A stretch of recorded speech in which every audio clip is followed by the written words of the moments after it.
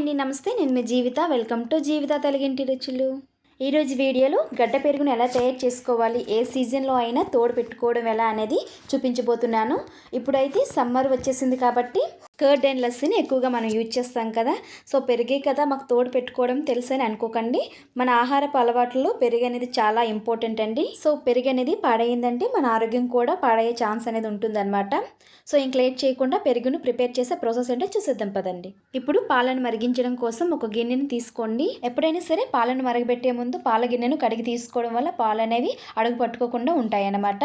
ఇక్కడ నేను 1.5 లీటర్ ఆవు పాలను తీసుకుంటున్నాను. పాలను ఆ గిన్నెలో పోసిన తర్వాత పాలను మరిగించడం కోసం స్టవ్ ఆన్ చేసి స్టవ్ మీద ఆ గిన్నెను పెట్టుకొని మంటను లో టు మీడియం ఫ్లేమ్లో అడ్జస్ట్ చేసుకుంటూ పాలను మరిగించుకోవాలి. పాలు అనేవి మరిగి ఈ విధంగా పొంగొస్తున్నప్పుడు ఒక స్పూన్తో కానీ లేదా గరిటతో కానీ బాగా మిక్స్ చేసుకోండి.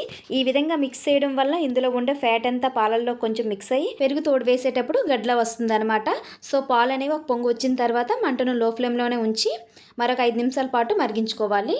ఇలా పాలు బాగా కాగిన తర్వాత నెక్స్ట్ స్టవ్ ఆఫ్ చేసుకొని ఆ గిన్నెను ఒక ప్రక్కన తీసుకొని అదే విధంగా చల్లారనివ్వాలి. పాలు అనేవి గోరువెచ్చగా అయ్యేంత వరకు చల్లారనివ్వాలి. పాలను వాటర్లో పెట్టి చల్లారబెట్టడం అట్లాంటివి చేయొద్దు. డైరెక్ట్గా అదే విధంగా చల్లారనివ్వాలి.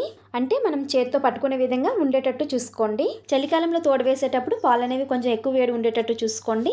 ఎండాకాలంలో అయితే వేడి అనేది కొంచెం తక్కువగా ఉండేటట్టు చూసుకోండి. నేను ఇక్కడ పాలను మట్టి కుండలో అలాగే స్టీల్ గిన్నెలోన రెండింటిలో తోడు వేసి చూపిస్తున్నాను అనమాట. మీకు పాలను తోడు పెట్టే ముందు 4-5 సార్లు ఇలా తొరుపుకున్నట్లయితే ఇలా పొంగు అనేది వస్తుంది అనమాట. ఇలా పొంగు వచ్చిన తర్వాత నెక్స్ట్ దీన్ని మనం తోడు పెట్టుకునే గిన్నెలోకి ట్రాన్స్ఫర్ చేసుకోవాలి. పాలను ఇలా తొరిపి తోడు పెట్టుకున్నట్లయితే పెరుగు అనేది గడ్డలా వస్తుంది అనమాట. 2-3 సార్లు తొరుపుకున్నట్లయితే పాలలో ఇలా నురుగు అనేది వస్తుంది. నెక్స్ట్ ఈ పాలను మనం తోడు పెట్టుకుని గిన్నెలోకి ట్రాన్స్ఫర్ చేసుకోవాలి.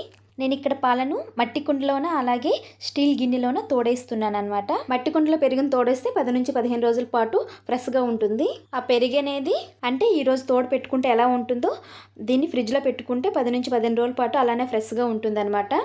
అలాగే మిగతా పాలను స్టీల్ గిన్నెలోకి ట్రాన్స్ఫర్ చేసుకుంటున్నాను.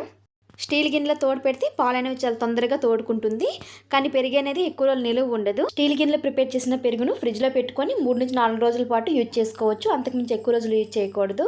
తోడు పెట్టుకునేటప్పుడు పాలు అనేవి గోరువెచ్చగా ఉండేటట్టు మాత్రం చూసుకోండి. నెక్స్ట్ ఈ పాలను గిన్నెలోకి కుండలోకి ట్రాన్స్ఫర్ చేసుకున్న తర్వాత అందులో 1 స్పూన్ వరకు పెరుగును వేసుకొని మిక్స్ చేసుకోవాలి. పెరుగును గట్టిగా ఉన్నది కానీ లేదా పల్చగా ఉన్నది కానీ వేసుకోకుండా పెరుగు అలాగే మజ్జిగ 2 ఉండే విధంగా చూసుకోండి. సో అలా ఒక్కొక్క స్పూన్ రెండింట్లో వేసుకొని బాగా మిక్స్ చేసుకొని మూతను పెట్టి అలా ప్రక్కన పెట్టేసుకోవాలి. నేను ఇక్కడ స్టీల్ గిన్నెలో పెరుగు తోడు వేసాక ఒక పచ్చిమిర్చిని మోడుగుతో సహా వేస్తున్నాను.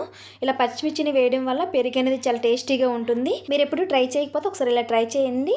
కర్డ్ అనేది చాలా టేస్టీగా ఉంటుంది అనమాట. నెక్స్ట్ ఇప్పుడు మూతను పెట్టేసి 6 గంటలు లేదా ఓవర్ నైట్ అలా వదిలేయాలి.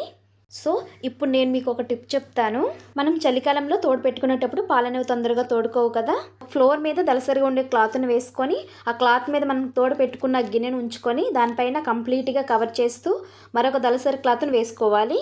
అంటే గాలి అనేది లోపలికి చొరబడకుండా క్రింద అండ్ పైన క్లాత్ వేయడం వల్ల చల్లదనం అనేది లోపలికి పోకుండా పెరుగు అనేది తొందరగా తోడుకుంటుంది అనమాట. ఇప్పుడు నేను సమ్మర్లో చేస్తున్నాను కాబట్టి క్లాత్తో కవర్ చేయట్లేదు. 8 గంటల తర్వాత మూత తీసి చూస్తే పెరుగు అనేది తయారైపోతుంది. మీరు పాలు తోడేసేటప్పుడు ఒక విషయం గుర్తు పెట్టుకోండి. పాలు అనేవి బాగా ఎక్కువ వేడిగా ఉండకూడదు, అలా అని బాగా చల్లగా అయిన తర్వాత కూడా తోడు వేయకూడదు. అలా వేసినట్లయితే పెరుగు అనేది బాగా పులిసిపోతుంది అనమాట. సో ఎండాకాలంలో అయితే పాలు గోరువెచ్చగా ఉండేటప్పుడు మాత్రం పాలను తోడు వేసుకోవాలి. అదే చలికాలంలో అయితే కొంచెం వేడి కొంచెం ఎక్కువగా ఉండేటట్టు అయితే చూసుకోండి. సో అంతేనండి, హోమ్ మేడ్ పెరుగు తయారైనట్టే. నేనైతే ఎక్కువ ఇంట్లోనే ప్రిపేర్ చేసే పెరుగును ఎక్కువగా యూజ్ చేస్తుంటాను. మీరు కూడా డెఫినెట్గా ఒకసారి ఈ విధంగా ట్రై చేయండి. సో ఈ వీడియో కనుక మీకు నచ్చినట్లయితే లైక్ చేయండి, మీ ఫ్రెండ్స్కి రిలేటివ్స్కి షేర్ చేయండి. అలాగే ఇంకెవరైనా మన ఛానల్ని సబ్స్క్రైబ్ చేయని వారు ఉంటే మరిన్ని హెల్తీ అండ్ టేస్టీ రెసిపీస్ కోసం జీవిత తెలుగింటి రుచులు యూట్యూబ్ ఛానల్ని సబ్స్క్రైబ్ చేసుకుని పక్కన ఉన్న బెల్ ఐకాన్ని క్లిక్ చేసి అలానే ఆప్షన్ ఎంచుకోండి. అలా చేయడం వల్ల నేను పెట్టే ప్రతి వీడియో నోటిఫికేషన్ ద్వారా ముందుగా మీ వరకు వస్తుంది. Thanks for watching. Thank you.